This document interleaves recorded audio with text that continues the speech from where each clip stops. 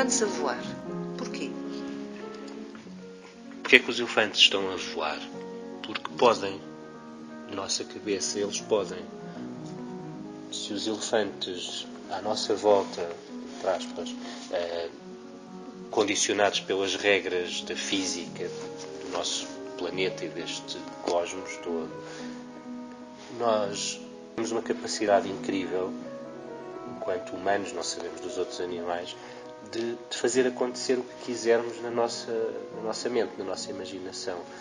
E daí, essas possibilidades, podemos extrapolar ideias e mensagens e perspectivas para aplicar no nosso mundo real, tentando contrariar as regras que nos reprimem.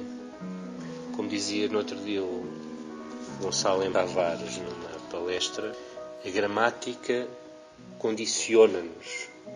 Eu só posso ter um corpo, eu não posso dizer os meus corpos. Mas, no entanto, nós somos várias pessoas dentro de uma. Tal como estas áreas que eu abranjo, que já toquei, coexistem.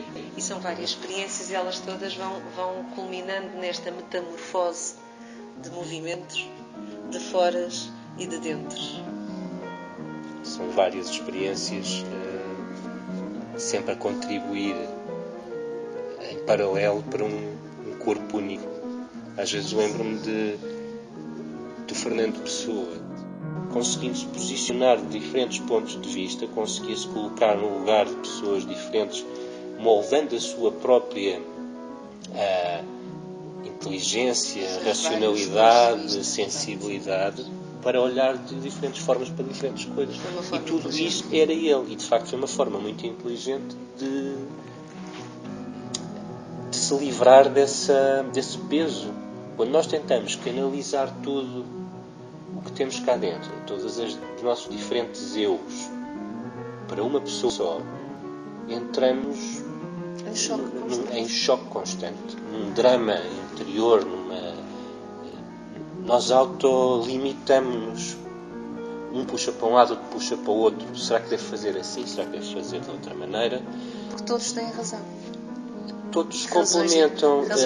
Podemos entender as razões de cada um, mas não concordar com o todo daquilo que é, no fundo, o que acontece com as pessoas que nos abordam de fora. Nós entendemos-las e aceitamos-las, mas no todo há imensa coisa que gostaríamos de mudar, ou no todo, ou em particular, gostaríamos de ver alterados.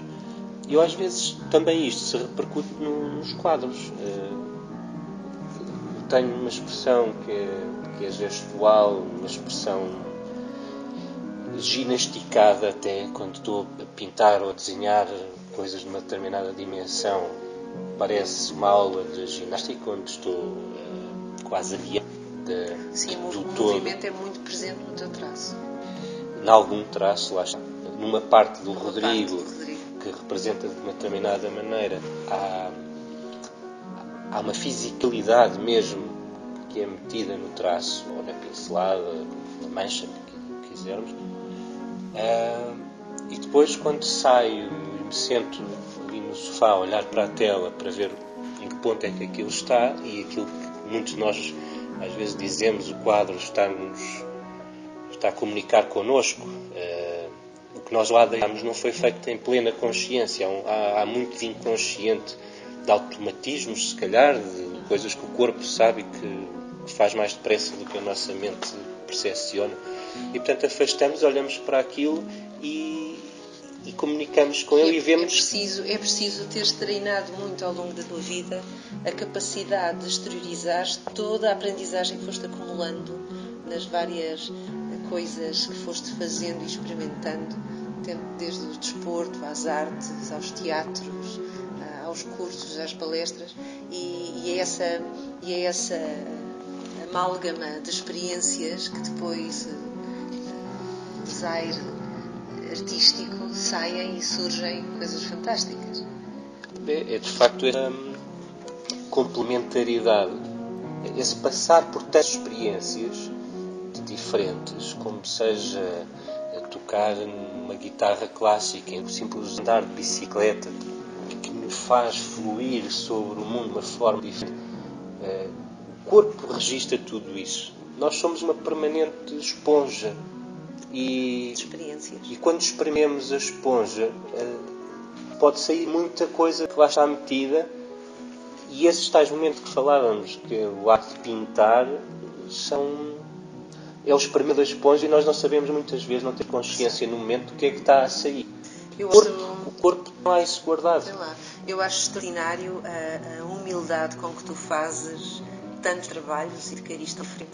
Quando nós vemos, por exemplo, os teus cartoons, os teus desenhos mais animados, ou quando depois passar a pincelada de corpo e movimento, é extraordinário ver como tu consegues, com tamanha humildade, passar essa magia para a tela que nos faz voar para outros mundos imaginários. Pois, eu sinto-me de facto muito humilde perante isto tudo. Todas as pequenas coisas são super importantes. As enormes coisas são igualmente importantes. Tudo é importante, eu vejo interesse em tudo. Mas ao mesmo tempo também quase que sou nihilista. Eu acho que nada tem importância. Aliás, um amigo meu há tempo perguntava-me qual é a importância da pintura hoje em dia. Tem a importância que nós lhe quisermos dar. Se eu espremer a esponja, atiro para o quadro qualquer ideia que me anda a perseguir e faço uma reflexão sobre isso e alguém capta nessa imagem resultante uma mensagem, uma sensação, então passou a ser importante para essa pessoa e passou a ser importante o meu processo, essa minha caminhada, essa viagem momentânea ou bem longa, não é? Que depois se sublima naquele momento. Mas essa viagem fez sentido para aquela outra pessoa e isso tornou-se importante. E isso é o auge, sem Mas dúvida. a importância de eu existir não é nenhuma. Agora, que eu posso, de facto, enquanto ser vivo, e terei com certeza impacto nas pessoas à minha volta, tal como as outras têm em mim, está tudo ligado, isso é inegável que estamos sempre a interferir em tudo. Sem dúvida. E é também interessante ver exposto nesses pequenos traços todos esses valores pessoais que corremos e que deveriam ser passados bem mais vezes, em bem mais outros tantos trabalhos que esperemos ver no futuro, expostos neste país e além do como tu tanto mereces. Rodrigo, obrigada.